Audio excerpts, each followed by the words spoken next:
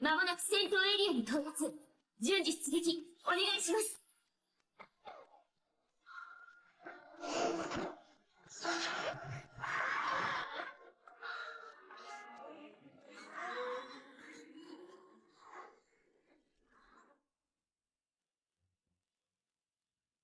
大家好，欢迎来到最新一期 Police Up。今天我们来到万代收藏部 Robot Tamashii The Anime 版机动战士高达 Zeta 系列商品 Hijack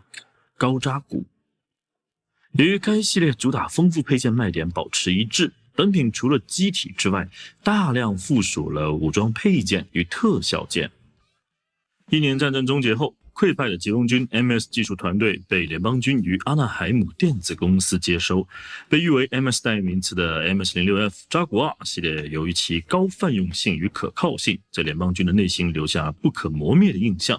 联邦军决定结合两军的技术优势，委托阿纳海姆来整合下一代 MS 机型，继承了扎古二理念的机体 RMS-106 Hijack高扎古正式进入了设计序列，成为了战后新型 MS 开发的先驱。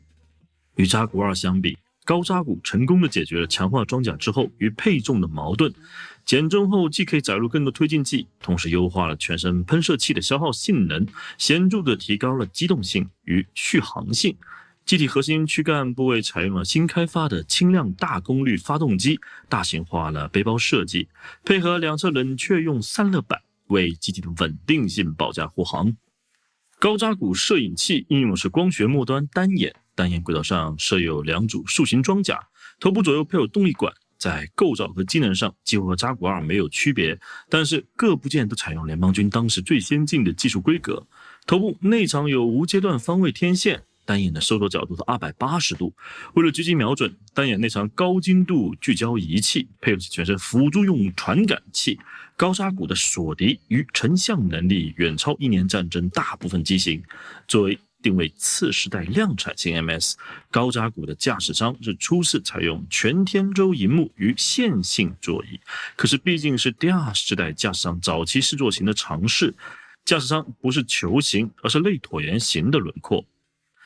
高扎古躯干部位设有许多疾风军 MS 风格的流体脉冲动力管，其功能是为了给予机体实质更加迅猛的反应速度。然而，机体胸部搭载的主动力炉单元和背包结合规则，则完全是联邦军 MS 的制式。因此，机体的能量供应使用了两套驱动系统，即联邦军特的 Field Motor 驱动和疾风军的流体脉冲能源共同运转。这种非常复杂的复合型驱动系统，很有可能是来自于被联邦接收且改进的 MS-11 机动扎古。高扎古腿部大量引用了吉姆系机体的设计，可以发挥出与 MS-06R-2 高机动型扎古二相匹敌的推力。单腿上配有5个辅助型推进器，侧面增设外部燃料箱。联邦军战后回收扎古系列使用后发现，在热带雨林或者城市巷战等地区，只要遇到10米左右的障碍物，腿部外部的动力管十分容易因为刮蹭而遭到破坏。测试反馈后，高扎古手臂、脚部的动力管都尽可能内藏进装甲，起到保护作用。这也是高扎古在重力环境下也能充分运用的重要原因。虽说高扎古发电机功率变大了，不过由于脉冲转换器相当占用机体内部空间，提供光束枪能量的副动力系统不得不暴露在手腕部，故此该机体不能同时使用光束枪和光束剑，加上光束枪换弹时 ECAP 系统的空转，机制上就切断了机身供给能量给光束剑。故此高扎古有2套武装方案，其一是120毫米扎古机枪改与光束剑的组合，另一种则是光束步枪和热能斧的组合，任君选用。护具方面，高扎古右肩造型看得出继承了扎古二的基因，同时又掺杂了联邦技术团队的倾向，所以机体左肩也可以装备盾牌。即便高扎古整体火力并不算强，但胜在配装灵活，这对于战后联邦预想狩猎疾风军残党时的小规模战役可谓绰绰有余。在联邦的集团战法的构思中，比较起少量单体性能强大的机体，更喜欢可靠性与稳定性较高的规模作战。这么看来，拥有极高泛用性、生产性、驾驶性与整备性的高扎古确实深得联邦集团的心思。UC0084年正式投产，出厂了大量高扎古被配备在联邦军各个部队中，其中联邦军正边使用蓝色涂装的高扎古，精英部队泰坦斯则为绿色。背后原因号称是由于泰坦斯执行的特殊任务。绿色涂装可以从心理层面对疾风军残党造成不小的影响。除此之外，也有少部分高扎古配备给吉翁共和国军做警备使用，甚至还能在泰坦斯实验部队中见到 T3 实验装备的高扎古身姿。格里普斯战役爆发后，大量高性能 TMS 涌现在战场上。随着幽谷与泰坦斯技术实力不断对抗，高扎古的优势没有持续多久。即便定位量产型 MS， 各方面性能有限的高扎古很快就被泰坦斯后续性价比更优秀的 RMS 108、马拉塞与 RMS 145巴扎姆所替代。为了追赶格里普斯战役中 MS 战力的平均水准，高扎古拥有各式各样的改款强化机型，只是大多属于僚机作为战场辅助，很难通过单机实力来逆转战局。格里普斯战役之后，高扎古大量流入民用市场，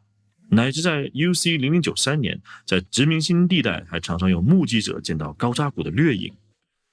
泰坦式阵营驾驶过高扎古的王牌驾驶员很多，紧急出动的时候，或者专用机受损维修中，泰坦式王牌驾驶员能够随时跳上高扎古就弹射进战场。此般看来，高扎古的保底性又一次次被证明。虽然高扎古由于拼凑感过强而得不到吉翁军技术团队的待见，但不可否认其很长时间延续了吉翁公国扎古机型的血脉。可是真正能为扎古之名重振威名的机体，还要等到4年后第一次新吉翁战役。